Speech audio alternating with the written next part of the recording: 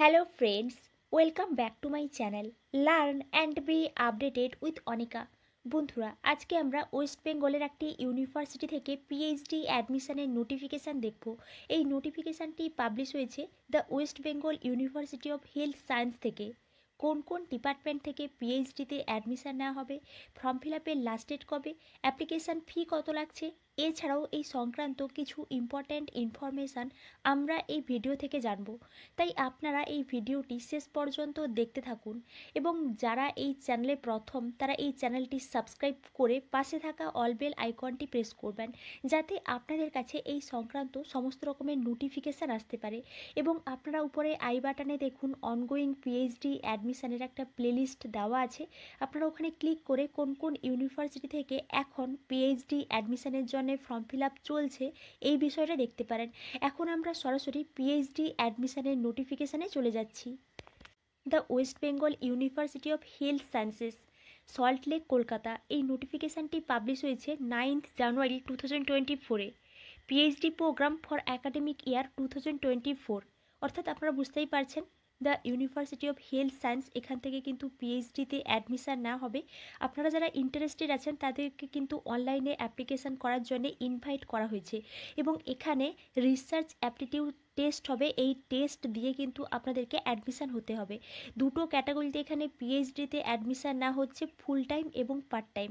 এবং আপনারা যারা ইন্টারেস্টেড আছেন তাদেরকে কিন্তু অনলাইনে অ্যাপ্লিকেশান করতে বলা হয়েছে। আপনারা রেজিস্ট্রেশন করবেন, তারপর কিন্তু অ্যাপ্লিকেশান কনফার্ম করবেন। ওয়েবসাইটে গিয়েই কিন্তু আপনারা এই অ্যাপ্লিকেশান করতে পারবেন।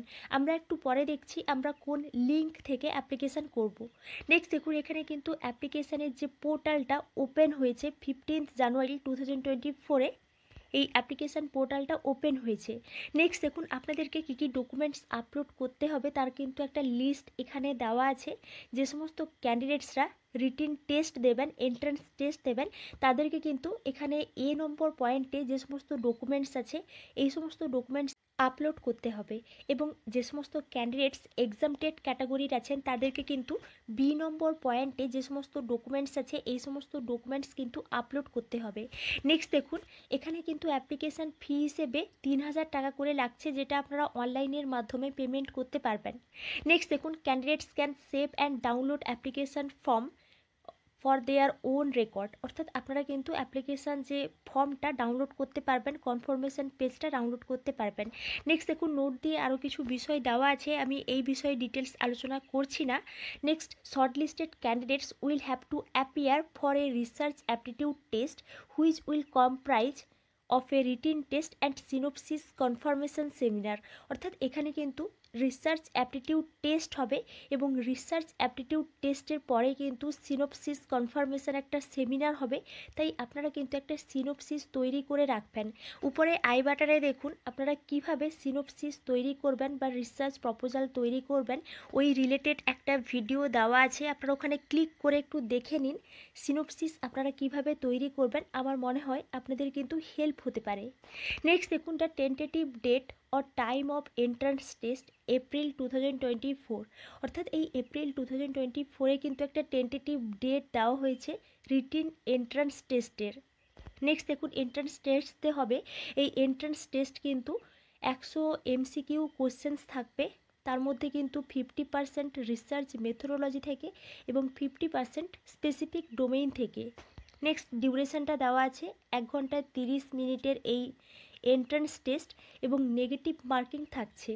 আপনাদেরকে যারা জেনারেল ক্যাটাগরি আছেন তাদেরকে কিন্তু 50% মার্কস পেতে হবে এবং যে সমস্ত ক্যান্ডিডেটসরা SC ST OBC নন ক্রিমি লেয়ার বা ডিফারেন্টলি এবলড স্টুডেন্টস আছেন বা EWS আছেন তাদেরকে কিন্তু 45% মার্কস পেলে এই এন্ট্রান্স টেস্টটা কোয়ালিফাই করতে পারবেন।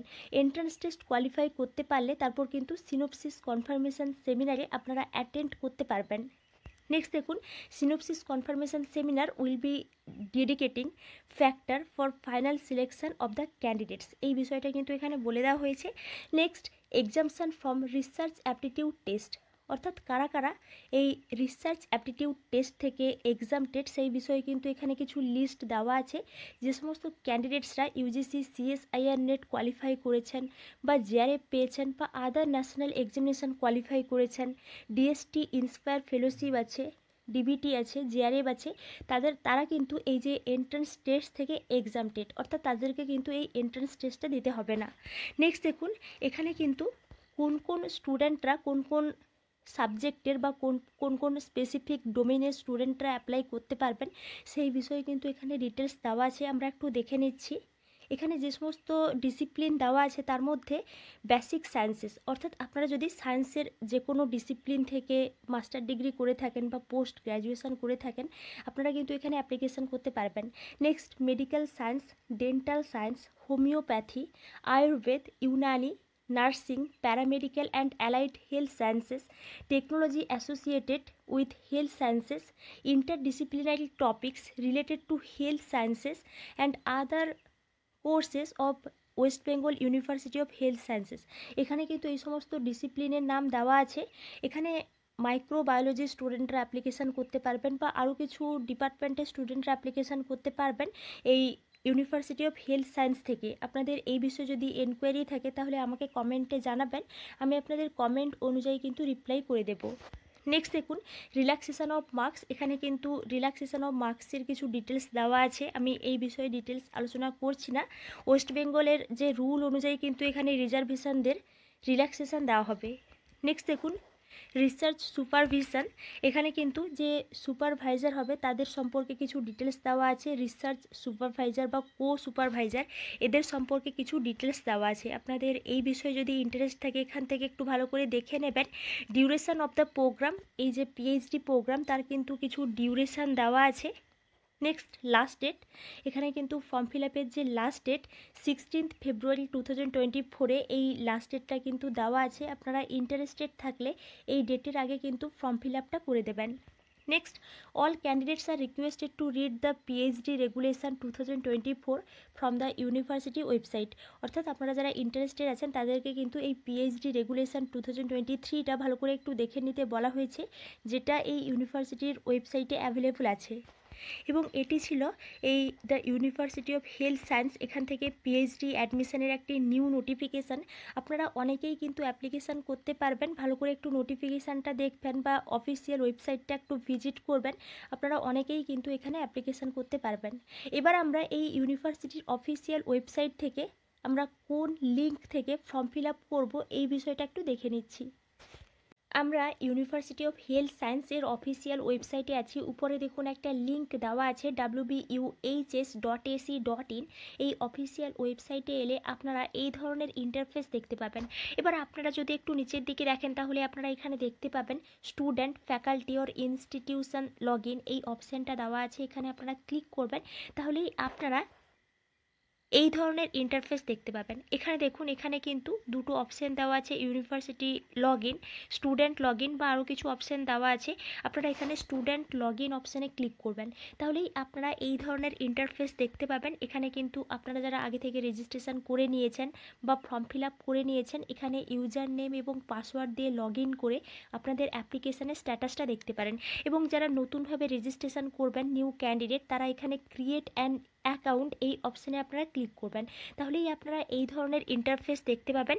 এবং এখানে লেটেস্ট অ্যাক্টিভ কোর্সের মধ্যে যদি আপনারা একটু নিচের দিকে দেখেন তাহলে এখানে আপনারা দেখতে পাবেন যে পিএইচডি অ্যাপ্লিকেশানের জন্যে স্টার্ট ডেটটা দেওয়া আছে এবং এন্ড ডেটটা দেওয়া আছে। আপনারা এখান থেকে একটু দেখে নেবেন, আমি এই বিষয়ে আর দেখাচ্ছি না। নেক্সট দেখুন এখানে already registered with WBUHS online, এখানে আপনারা যারা রেজিস্ট্রেশন করে নিয়েছেন তারা এখানে দেখতে পারেন। এবং যারা নতুনভাবে রেজিস্ট্রেশন করবেন নিচে কিন্তু একটা অপশান দেওয়া আছে নিউ রেজিস্ট্রেশন উইথ WBUHS বা already registered with WBUHS offline, এখানে আপনারা ক্লিক করবেন নতুনভাবে রেজিস্ট্রেশন করার জন্যে। এবং এখানে আপনারা আপনাদের ডিটেলস দিয়ে নতুনভাবে রেজিস্ট্রেশন করে কিন্তু ফর্ম ফিল আপ করতে পারবেন। এবং এটি ছিল একটি নিউ পিএইচডি অ্যাডমিশানের নোটিফিকেশান। আপনারা ইন্টারেস্টেড থাকলে এখানে অ্যাপ্লিকেশান করতে পারেন। এবং এই বিষয়ে আপনাদের যদি কোনো এনকোয়ারি থাকে তাহলে আমাকে অবশ্যই কমেন্টে জানাবেন। এবং আপনারা এভাবেই এই চ্যানেলের সঙ্গে কানেক্টেড থাকুন। অন্যান্য ইউনিভার্সিটি থেকে পিএইচডি অ্যাডমিশানের নোটিফিকেশান পাবলিশ হলে আমি আপনাদেরকে অবশ্যই ইনফর্ম করব। Thank you.